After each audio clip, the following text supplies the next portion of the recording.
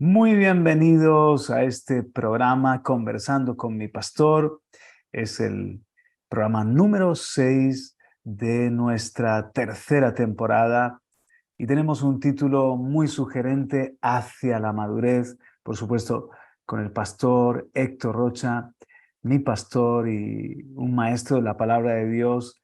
Es un honor, queremos aprovechar estos casi 60 minutos y extraer tanta sabiduría que tenemos en las Escrituras y a través de tu persona. ¿Cómo estás, pastor? Un abrazo muy fuerte. Pues un gozo que para siempre y un privilegio para mí el poder compartir a través de estas líneas y contigo y pues con los radioescuchas y con aquellos que a través de los vídeos nos ven, obviamente también a través de las cámaras ahí de Radio Vida, de Vida TV y todo ello, pues siempre un honor, un privilegio y una gran responsabilidad y pues siempre en modo aprender y siempre en modo retador.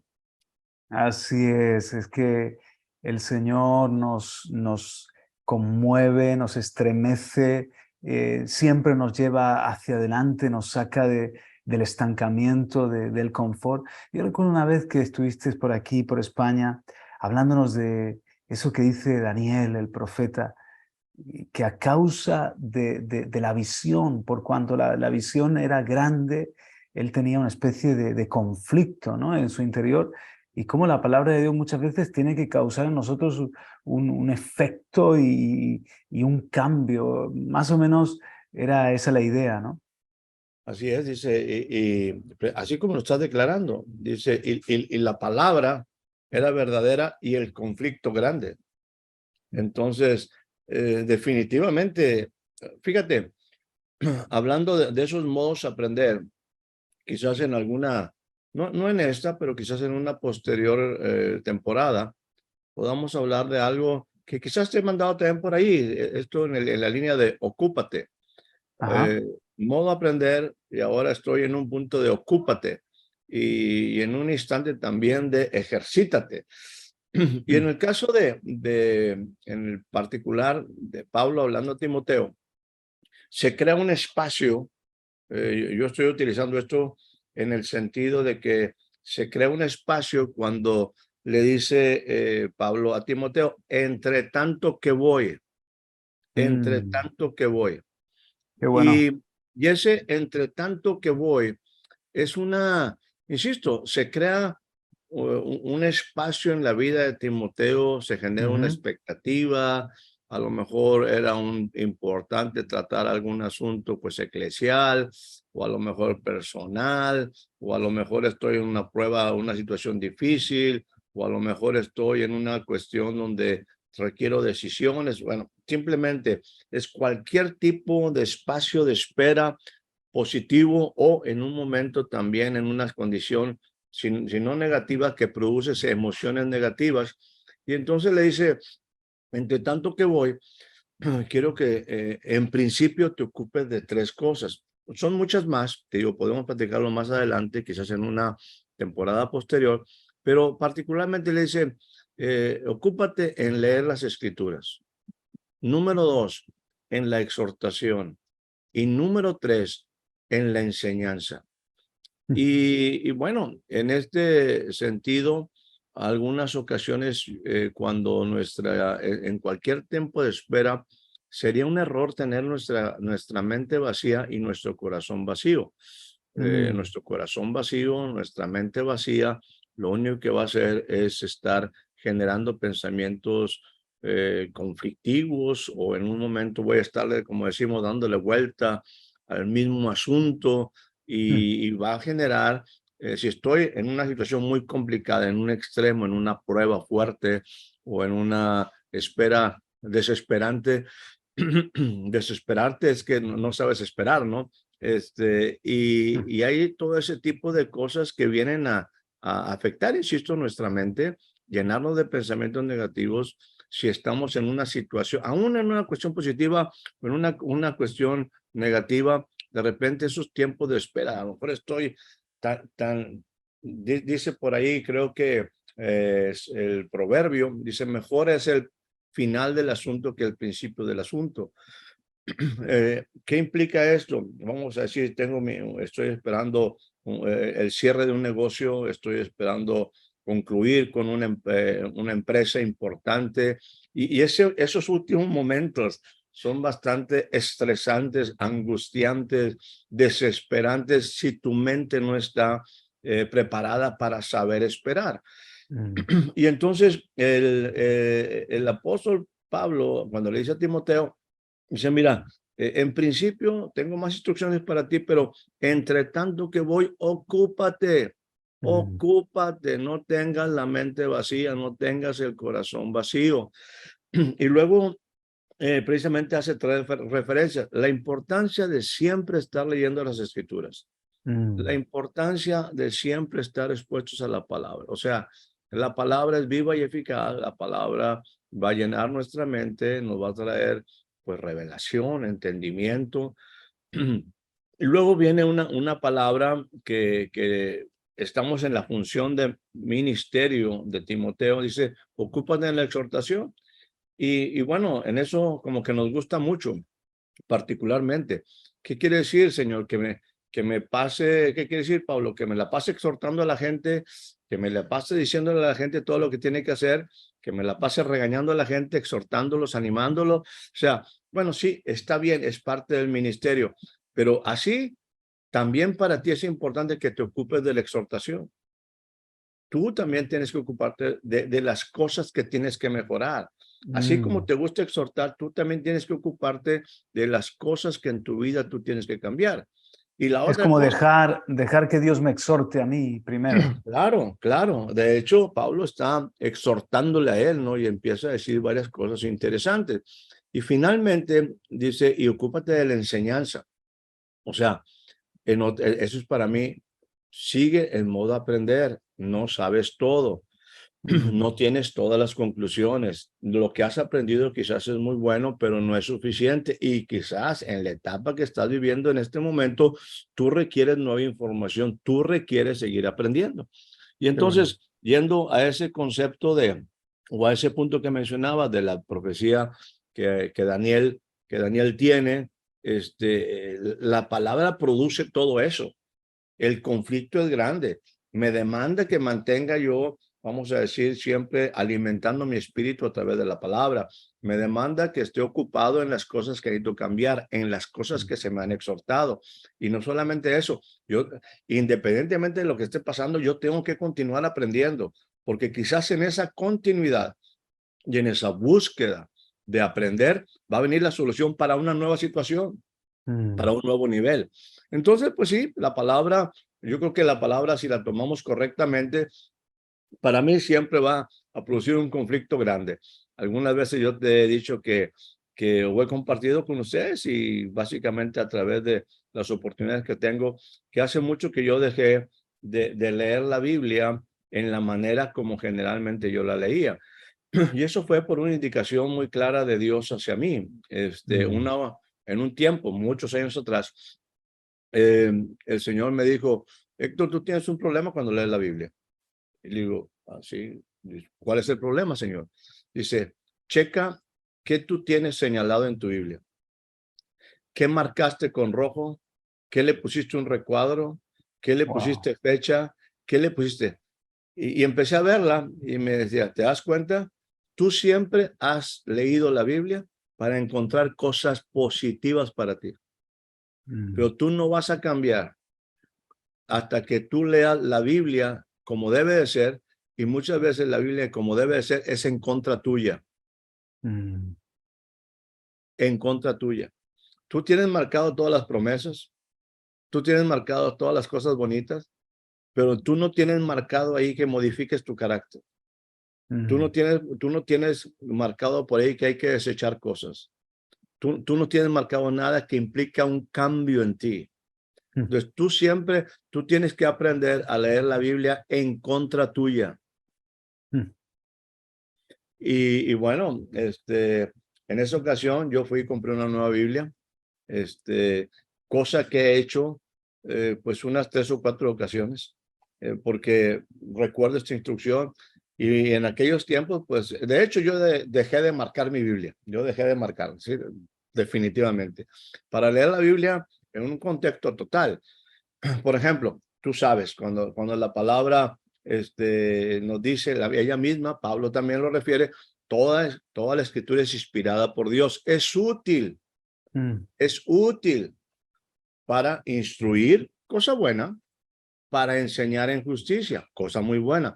Pero no nos gusta cuando dice para corregir, para modificar cosas, a fin de que el hombre de Dios sea perfecto. O sea, me gusta la instrucción, la tomo más o menos. Me gusta la enseñanza, pero cuando dice para corregir, no, es que eso no es de Dios. Claro que es de Dios. Entonces, nosotros tomamos ciertas cosas en la palabra, vamos a decir, todas para que me sienta bien, todas las cosas que me gustan. Y entonces creo que en este sentido, Pablo le está diciendo a Timoteo, continúa leyendo las escrituras porque es importante, porque eso es tu vida. En ellas vas a encontrar la vida eterna. Ocúpate de la exhortación. Tú vas a encontrar cosas que tienes que modificar en tu vida.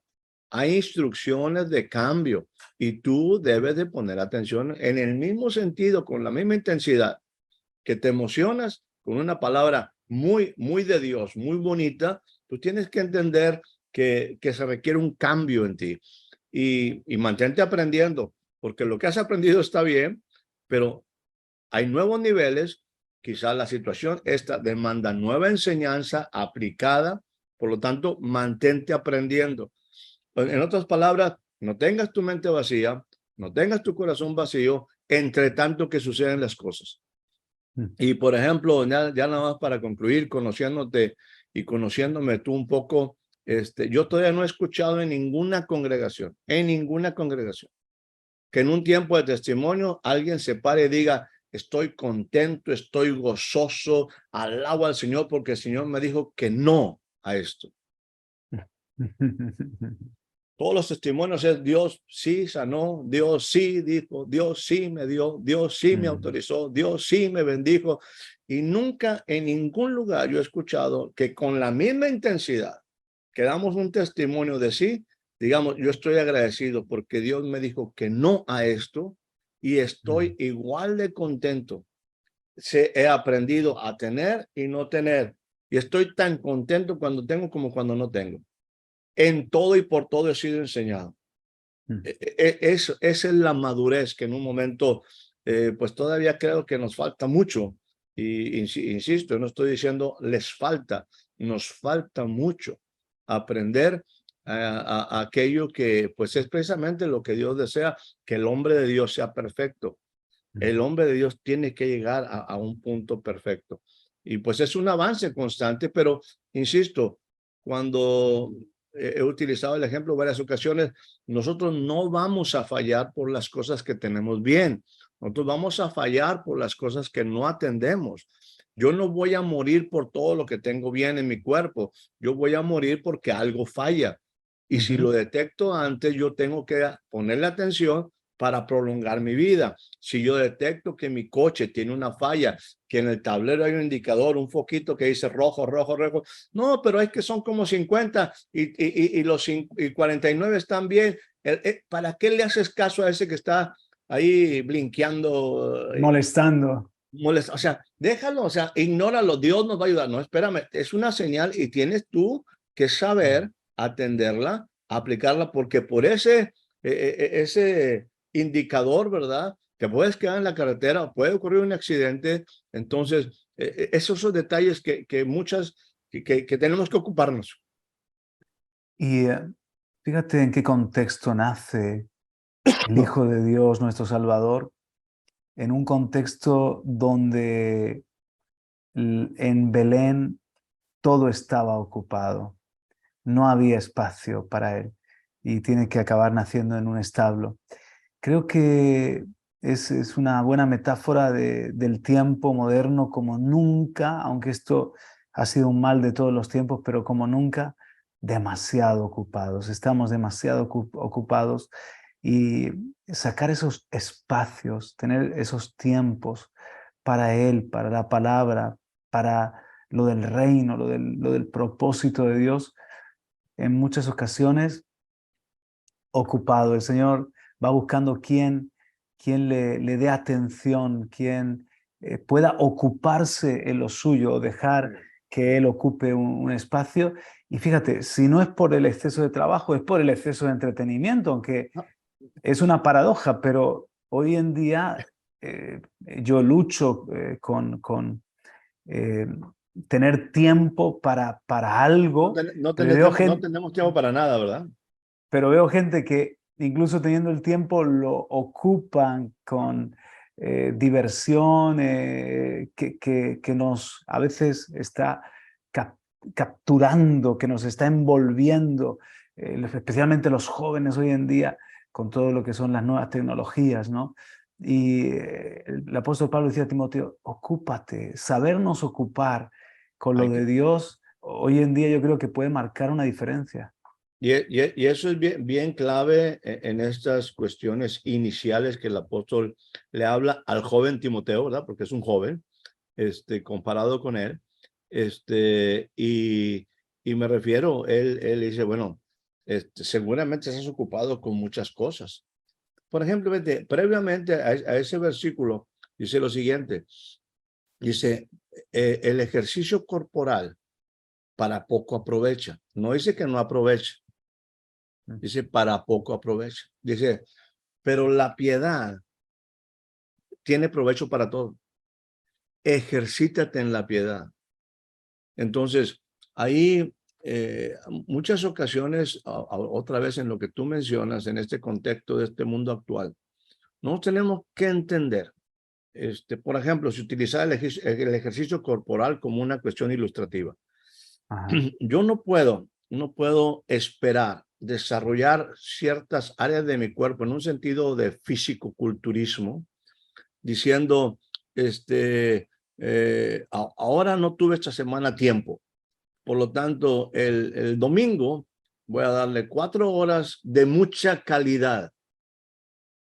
No va a pasar absolutamente nada. Tenemos una disciplina implica cantidad y calidad. Mm. Una disciplina implica cantidad y calidad. Lo mismo pasa con los hijos. Muchas ocasiones decimos, yo le voy a dar, como no tuve tiempo en toda la semana para darle tiempo a mi familia, le voy a dar 3 horas de calidad. No es suficiente. Se requiere una combinación de cantidad y calidad. Aquellos que están en este proceso y yo sé que me entienden, son estos que tienen que ir al gimnasio y crear una rutina diaria de una X cantidad de tiempo con la calidad adecuada para desarrollar cuestiones físicas que quiere desarrollar. Claro. No lo puede hacer una vez al mes. No puede decir, este día me voy a matar Mm. en el gimnasio para compensar lo que yo no hice. No, así no funciona la vida. Así no funciona la vida. Tú tienes que saber mezclar correctamente calidad Mm. en la instrucción y la cantidad adecuada. Por lo tanto, en estas múltiples ocupaciones en las que nuestra humanidad está, si tú y yo no sabemos disciplinarnos en una ocupación en cantidad y calidad en la enseñanza, olvídate, no vamos a funcionar. Yo no puedo en ese sentido decir, total, en la semana no tuve oportunidad de leer, el domingo me repongo. Así no funciona. Así no funciona. Escuchando al pastor Héctor me repongo. Así no funciona. Qué bueno. Esto no es así. O sea, en el caso de ejercítate para la piedad, aprende, es algo que tienes que establecer en una manera correcta en tu vida, con la cantidad, con la calidad adecuada. Y déjame irme un poquito más profundo. Yo agradezco a Dios porque, bueno, alguien que en aquellos tiempos pasados, no sé si por ahí existe ahora en forma digital, mi madre le encantaba, por ejemplo, el aposento alto, que era una cuestión ahí de un devocional diario, ¿verdad? Donde venía un pensamiento y una pequeña explicación, un cuartillo muy bueno, y de hecho uno lo lee por ahí, está bien. Pero bueno, eso está en forma genérica y creo que ayuda definitivamente.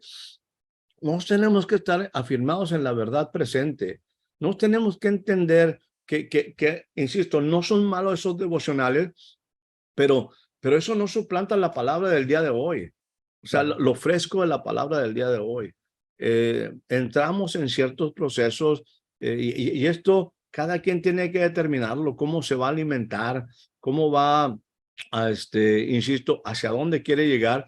Y creo, insisto, agradecido con Dios por esas cosas que han sido buenas. Por ejemplo, la de Chambers, que es muy buena, devocionales que son muy interesantes, bonitos, de revelación, pero es nada más como un tip. Si tú no le profundizas, si tú no, vamos a decir, lo aplicas, si tú no tratas de vivirlo en ese día, la verdad es nada más como si tomaras un buen bocadillo en la mañana, pero no es suficiente. Tienes que seguir comiendo sano a mediodía, tienes que seguir en un momento por la noche siendo cuidadoso en tu alimentación para evitar cuestiones y para buscar un correcto, vamos a decir, crecimiento en ti y sobre todo en tu alma espiritual. Pero muchas veces ya hice mi devocional de 3 minutos o ya tuve mi momento de 20 minutos o media hora o mi hora y ya estoy listo. No, esto no es así. Esto no es así. Insisto, eso no es malo, pero no es lo único. Y algunas ocasiones pensamos que porque ya me tomé mi malteada energética en la mañana y ya estoy listo. Así no funciona la vida espiritual. Así no funciona la vida espiritual. Y el mismo Espíritu Santo creo que produce en nosotros una necesidad, es decir, nos lleva a más, nos pone un hambre, una sed, nos hace sentir que no es suficiente algo me está faltando, debo fortalecerme más. Si somos, y siguiendo con ese buen símil de la vida deportiva, si somos sensibles al entrenador, que es el Espíritu Santo, Él nos va a llevar a ser campeones, ¿no? A cada uno de nosotros. El apóstol Pablo usa ese símil diciendo, golpeo mi cuerpo, lo pongo en servidumbre, no sea que habiendo yo predicado a otro yo mismo sea descalificado, y dice, corred de tal manera que ganéis. Todos debemos ganar, todos debemos ser campeones en esto de la vida espiritual, de servir a Cristo Jesús. Porque, pastor, no es solamente un asunto de, ay, ya está mi conciencia tranquila, que ya estoy en paz, he cumplido con Dios, o un asunto de, bueno, pues como otro le da por la bici, a mí me ha dado por la Biblia. Es que en esto nos va el propósito en la tierra, incluso la muerte y la vida, la felicidad o la desgracia. Mira, precisamente el día de ayer compartía con un precioso ahí grupo de jóvenes, y alguien sacó y mencionó una palabra que me recordó algo que yo he enseñado. Dice, nos falta espiritualidad. Y creo que él lo dijo en el contexto adecuado, pero la palabra para mí no es muy correcta.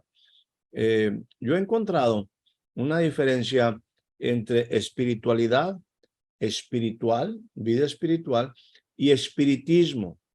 El espiritismo obviamente siempre está en un contexto negativo, es meterse en cuestiones ocultas, cuestiones, vamos a decir, magias, cuestiones básicamente almáticas, y generalmente son cosas que te atan, cosas a las que no debemos de ir en lo más mínimo, o sea, cosas de un mundo extraño, ¿no? De un mundo negativo. En espiritismo nunca será positivo. Pero la espiritualidad es algo interesante. Y me refiero, la espiritualidad es interesante en la manera como la gente lo vive. Voy a poner primeramente un ejemplo negativo. Por ejemplo, aquí en México están en estas pirámides acá del Sol, está la pirámide de la Luna y todo ello. Y en muchos lugares ahí, por efecto de los mayas y todo ese asunto, hay esas con muy interesantes diseños, que cómo se mueve el sol y cómo el sol aparece en las escalinatas, llega y forma casi una serpiente y llega a una de las partes bajas, donde está realmente una cabeza de una serpiente, y las sombras pareciera que pues fue el diseño de una serpiente, ¿no? Y ahí la gente se va y se viste de blanco en un momento ponen inciensos, sobre todo en los equinoccios, tanto de verano como de invierno, a tomar energía. Eso se llama, la espiritualidad para mí es externa. O sea, me visto de blanco, me pongo ciertas cosas, creo un ambiente de espiritualidad, aunque, bueno, mi espíritu esté muerto, ¿no? Pero estoy buscando crear una situación, insisto, de espiritualidad. En el mismo sentido, como estoy mencionando este tipo de cuestiones, también nosotros en algún momento hacemos cosas que son, vamos a decir, negativas. Este año voy a ser más espiritual. ¿Qué significa que voy a ser más espiritual? Bueno, antes cantaba 3 alabanzas, ahora voy a contar 6. Antes leía 6 capítulos en la semana, ahora voy a leer 12. Antes tenía 10 versiones, hoy tengo 25 y hasta en inglés. O sea, espérame, yo estoy creando un mundo espiritual. Estoy creando algo externo. Lo espiritual no es externo. La espiritualidad no es externa.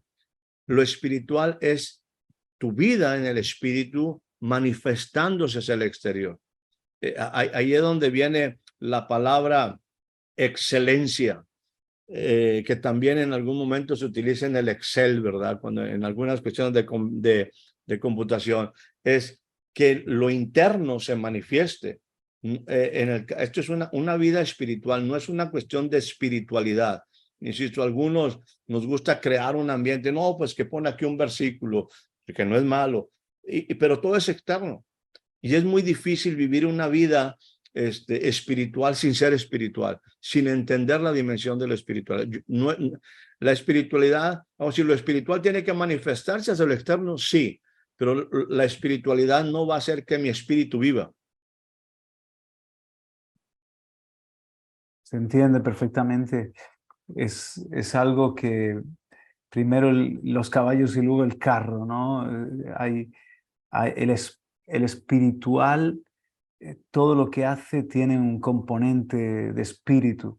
Y hay personas que están buscando, están en la búsqueda de lo eterno, de lo que llene su vida, lo trascendente, pero desde un punto de partida de vacío, de muerte espiritual. Y todo comienza conectándonos de nuevo con la fuente de la vida, que en definitiva es Jesús. Jesús se puso en pie y dijo, yo soy, no dijo un camino, dijo el camino, la verdad, no dijo una verdad, la vida, no dijo simplemente vida, una vida, la vida que el hombre necesita, que los que nos ven y los que nos escuchan y nosotros mismos necesitamos esa vida para ser espirituales.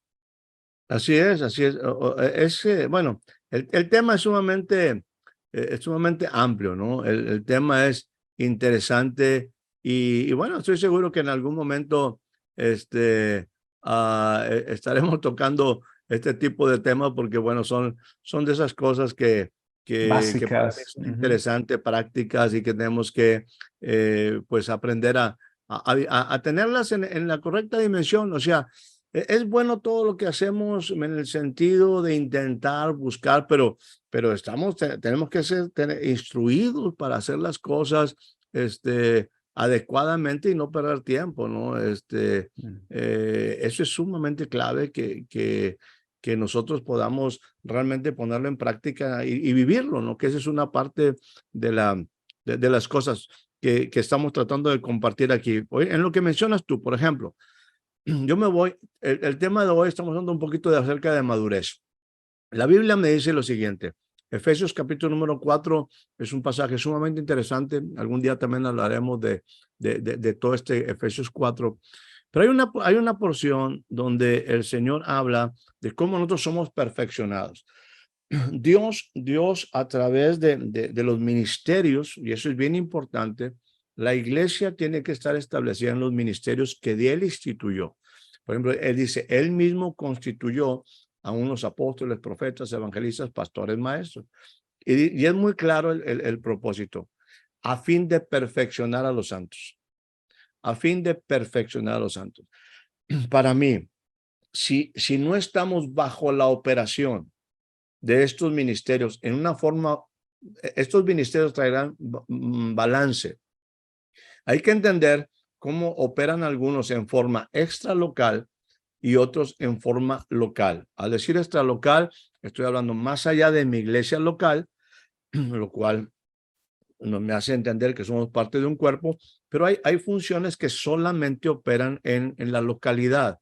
Y es importante que yo entienda cuáles estas funciones, sus diferentes tiempos, sus diferentes momentos y lo importante que todos ellos operen, algunos de manera extralocal para afectar lo local, algunos en la manera local para fortalecer lo local, pero todo ello es lo como Dios lo constituyó. Hablando de Jesús particularmente, dice, él mismo constituyó. Él mismo constituyó. Esto no es un invento mío, no es un invento de cuestiones de religión, de tradiciones, de sistemas, de que es que nosotros creemos, bueno, allá ustedes pueden creer lo que ustedes gustan y es respetable lo que ustedes creen, pero yo veo lo que la Biblia me dice. Él mismo constituyó a unos, dice, a fin de perfeccionar a los santos. Es sumamente importante. Y yo te diría, si estos ministerios no operan en la iglesia local de una manera extra local y local, no va a haber balance y no va a haber perfeccionamiento. El perfeccionamiento es para los santos. Dice, a fin de perfeccionar a los santos. ¿Para qué? Para que los santos desarrollen la obra del ministerio. O sea, el efecto de todos estos oficios, no posiciones, el efecto de todos estos oficios ministeriales, servidores, es perfeccionar a los santos. ¿Para qué se han perfeccionado los santos? Para que puedan cumplir la obra del ministerio. O sea, ellos tienen un ministerio y cuando esto opera correctamente, va a ser que los santos cumplan su ministerio, cualquiera que fuere. Y entonces, dice, hasta que todos lleguemos, hasta que todos lleguemos. Y eso es parte de lo que tú estás mencionando ahorita. Esto no es, vamos a decir, exclusivo. Si Juan Carlos llega, Héctor no llega.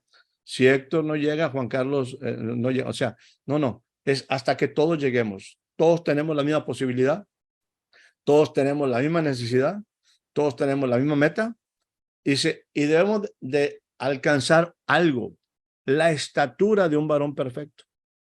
Debemos de alcanzar la plenitud de Cristo. ¿Por qué la plenitud del Cristo? Porque Jesús es el inicio del ministerio, pero el cumplimiento del ministerio de Jesús es el Cristo, es el ungido, es el ungido. Jesús es el Hijo del Hombre, pero Él es el ungido, Él es el Cristo resucitado. Un hijo nos es dado, pero este Hijo del Hombre, en carne y sangre, encarnado, este Hijo tenía que llegar a cumplir un propósito. Por eso dice, por ejemplo, ahí en Isaías 61, el Señor me ungió y porque me ungió, me envió. Me ungió y me envió. Me ungió para algo. Entonces, él llega a ser, insisto, inicia a Jesús y ahora es el Cristo resucitado, el ungido resucitado. La obra del Espíritu Santo es sumamente importante en Jesús. Ahora, todo esto es para que ya no seamos niños fluctuantes. O sea, esto me habla de madurez, entender que debemos perfeccionarnos constantemente. Bueno, una vez dicho esto, y esto es para todos, o sea, no es para algunos, esto es para todos, hombres, mujeres, niños, para el que se acaba de convertir, para el que tiene 50 años, 60, esto es para todos. Todos debemos de llegar a la estatura de un varón perfecto, a la medida, fíjate, es muy importante. ¿Cuál es la estatura? La medida de la plenitud de Cristo. Y entonces ya viene una serie de porqués, para que ya no seamos niños fluctuantes, para la edificación del cuerpo de Cristo, para muchas cosas funcionales. Esta es la iglesia. Ahora, hablamos un poquito de este llegar y de ser maduros. Y permíteme aquí tratar porque así lo prometimos en alguna de los envíos, leer en las sesiones pasadas, por ahí estamos con un punto interesante y yo prometí tratarlo y quiero tocar un poquito así rápidamente. Sí. Dice, esta era su apariencia, esta era su apariencia. Había en ellos, dice, había un viento tempestuoso, una gran nube, con un fuego envolvente, alrededor de él un resplandor, y en medio del fuego algo que parecía como bronce refulgente. Y en medio de ella la figura de 4 seres vivientes. Es la La visión de figura, Ezequiel, ¿verdad? estoy hablando de Ezequiel, capítulo número 1. Y dice, y en medio de ella 4 seres vivientes, y esta era su apariencia. Había en ellos semejanza de hombre, pero cada uno tenía 4 caras y 4 alas. Y los pies de ellos eran derechos, y la planta de sus pies como planta de pie de becerro, y centellaban a manera de bronce muy bruñido. Debajo de sus alas y a sus 4 lados tenían manos de hombre, y sus caras y sus alas por los 4 lados. Con las alas se juntaban el uno al otro, no se volvían cuando andaban, sino que cada uno caminaba derecho hacia adelante. Y el aspecto de ellos era cara de hombre, cara de león, al lado derecho de los 4, y cara de buey a la izquierda en los 4, y asimismo había en los 4 cara de águila. Así eran sus caras, y tenían sus alas extendidas por encima, cada uno 2, los cuales se juntaban, y las otras 2 cubrían sus cuerpos. Dice, cuanto a la semejanza de los seres vivientes, su aspecto era como carbones de fuego encendidos, como visión de hachones encendidos que andaban entre los seres vivientes, y el fuego resplandecía y del fuego salían relámpagos. Hay un momento donde dice, esta era una visión sumamente impresionante. O sea, de hecho dice, sus aros eran altos y espantosos. Dejémoslo ahí. Sí, estoy hablando de Ezequiel capítulo número 1, en todos los sentidos. Y porque la vez pasada hablábamos de extraterrestres y hablábamos, en un momento tocamos el punto de seres extraños.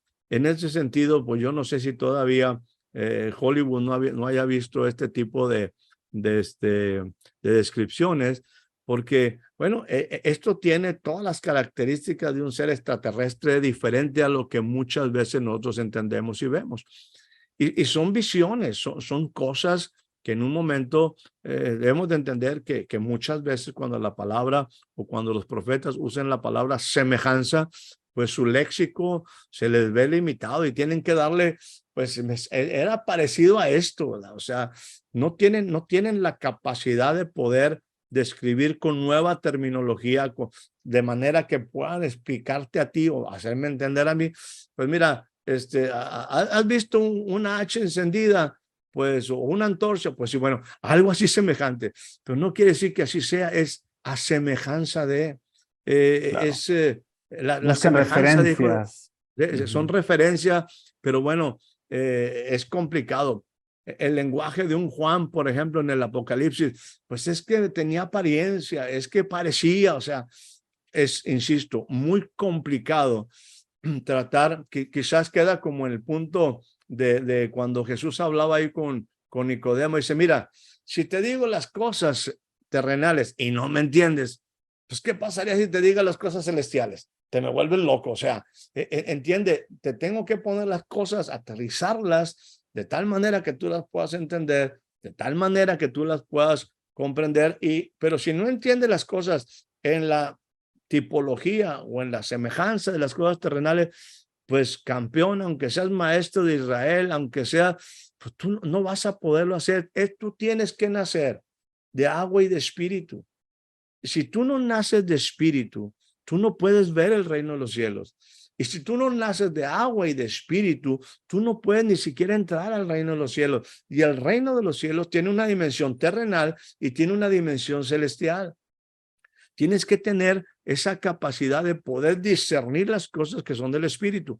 Ahora, esto no es mágico, esto no es una cuestión así, es una cuestión de proceso, son cosas que tenemos que ir aprendiendo. Pero déjame, ya que una vez que utilicé este pasaje, comentarte algunas cosas o comentar algunas cosas de lo que en un momento pues veía por aquí. Fíjate, el efecto del balance en estos seres vivientes que eran seres espirituales. Tengo que decirlo, y bueno, esto es una materia de estudio para todos nosotros. Cuando tú lees en el libro, en este libro, el primer capítulo de Ezequiel, tú vas a encontrar que cuando se refiere y habla de que el espíritu estaba en los seres vivientes, entendamos lo siguiente. Por ejemplo, vuelvo a Isaías 61. Jesús declara algo. Más bien, el profeta Isaías primero, Isaías 61, dice, el espíritu del Señor está sobre mí. Me ha ungido y me ha enviado. O sea, el espíritu está sobre mí. Porque me unge y me envía. Sumamente importante. Porque está sobre mí, el espíritu del Señor me unge y me ha enviado. Y hay un porqué. Este cumplimiento particular lo vive Jesús, si mal no recuerdo, en uno de los evangelios por ahí lo relata, cuando llega a la sinagoga y toma, dice, todos están observándolo, va y toma el rollo del libro de la mano del ministro. En aquella época no había internet, no existía Biblia, no existía nada de eso. No tomó un iPad, tomó un rollo, un pergamino. De casualidad era Isaías 61 y empieza a leer. Y una vez que lo leyó, dice, esta escritura, el día de hoy se cumple delante de ustedes. Aquí está. Yo soy este que dice aquí que el Espíritu está sobre mí. No solamente se posicionó en mi bautismo, se posicionó en el bautismo, pero aquí está sobre mí, sobre mí. Me gusta ese término sobre mí porque es importante. El Espíritu me está hablando de un Espíritu superior a mí, Claro. a mí. El Gobernando mi Espíritu vida. está en una situación de gobierno, no solamente coronándome. El Espíritu, te diría de esta manera, está coronado y está ejerciendo una dimensión de gobierno sobre mí. Por ejemplo, eso no lo entendemos en muchas ocasiones en la vida de Jesús. Dice, y el principado sobre su hombro. Esto es gobierno, esto es autoridad, esto es dominio, esto es reino. Kingdom en inglés es el dominio de un rey. O sea, está sobre mí. Yo tengo que entender la importancia de la vida del Espíritu sobre mí. No solamente es sentir bonito, no solamente es tener una experiencia en oración. Es la vida del Espíritu y está sobre mí porque está sobre mí, me unge y me envía. O sea, es una vida espiritual. Ahora, ¿por qué menciono esto? Porque si tú, y digo que es una materia de estudio, si usted y yo vemos el libro de Apocalipsis, en el libro de Apocalipsis dice que, volviendo a Ezequiel, capítulo número 1, habla de que el espíritu estaba, dice, en la rueda de estos seres vivientes, porque el espíritu y se movía por el espíritu. Pero es interesante porque ahí, en todas las ocasiones, en lo que yo entiendo, salvo un par de Biblias ahí que dan una aplicación pero no está hablando del Espíritu Santo. O sea, no está en mayúscula. No está en mayúscula. Quiere decir que en un momento era la vida espiritual de estos animales, de estos seres vivientes. O sea, no está hablando, es que su espíritu les movía hacia aquello que entendemos es el Espíritu de Dios, aquello que entendemos es el gobierno de Dios, pero ellos, quizás como lo dice Pablo, ligan su espíritu al Espíritu de Dios. Pablo dice en un momento, cuando va hacia Jerusalén, ligado yo en espíritu, y habla ahí en Hechos 20, 21, 22 por ahí, dice, ligado yo en espíritu, voy a Jerusalén, aunque no sé lo que me va a pasar por allá, aunque el Espíritu Santo, o sea, yo ligué mi espíritu a un propósito, yo ligué mi espíritu a algo superior, mi espíritu, no el Espíritu Santo, no el Espíritu Santo. Eso es algo que en muchas ocasiones aquí nosotros, y lo digo con respeto, o sea, perdónenme, pero lo estoy haciendo tratar de pensar. Algunas veces cuando cuando como que evadimos ciertas responsabilidades. Por ejemplo, algunas, se oye bonito, se oye como esos términos medio religiosos que utilizamos tradicionales. Y voy a empezar con algunos. Si Dios quiere, mañana voy a la iglesia. No, espérame, o sea, se oye muy bonito, pero no creo en lo más mínimo que estés entendiendo lo que estás diciendo. O sea, para empezar, mañana es domingo y nos reunimos. Entonces, Dios sí quiere. O sea, no me digas si Dios quiere. O sea, lo que me estás diciendo es que yo te diría, en lo que yo entiendo, que la única razón por la que tú no vendrías a la congregación es que te murieras o que realmente pasara una catástrofe. Claro. De otra manera, claro que Dios quiere que estés aquí. O sea, no inventes cosas por ahí. O sea, se oye muy bonito, muy espiritual. Si Dios quiere, no, espérame. Dios lo estableció hace mucho, que Es es el, importante que no dejemos de congregar. Entonces, tenemos que cambiar la terminología. En ese sentido, por ejemplo, llegamos, hermano, lo amo mucho en el amor del Señor. Y yo lo entiendo muy bien. Yo entiendo muy bien eso. Porque por ejemplo, si yo utilizo 1 Corintios 13, yo siempre he dicho, ese tipo de amor yo no lo tengo. Yo no lo tengo. Mi amor sigue siendo egoísta, mi amor sigue siendo interesado, mi amor sigue buscando lo suyo. Y es obvio que con ese tipo de amor yo no puedo amarte a ti. O sea, es un amor muy pobre. Y decir, te amo en el amor del Señor, pues sí, se oye como una buena excusa. Voy a amar a ti porque nada más con el amor de Dios, porque dentro de mí te odio. O sea, así no funciona, así no es funciona. como, perdón el inciso, cuando alguien viene y te dice, te pido perdón porque Dios me ha dicho que te pida perdón.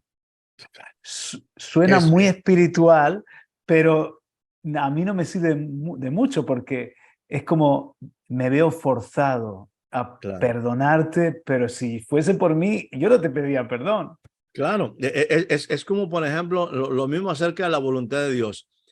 Estoy aquí en la iglesia porque es la voluntad de Dios, pero yo dentro de mí no quiero estar aquí.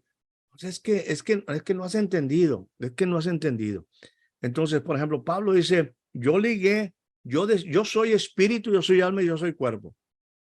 Y si yo dependiera de mis emociones, yo diría, no voy a Jerusalén, porque me han dicho por ahí que me va a ir bien mal. Y que no voy, a lo mejor ni voy a volver a ver su rostro. Si yo pienso acerca de mi cuerpo como que voy a ser tratado, definitivamente no voy. O sea, no dependo de mis emociones, no dependo de la necesidad de mi cuerpo. Yo tuve que entrar en una dimensión de una área que ha vivido, una área que vive, mi espíritu. Y yo decidí ligar mi espíritu a algo superior, a alguien superior, a un propósito superior.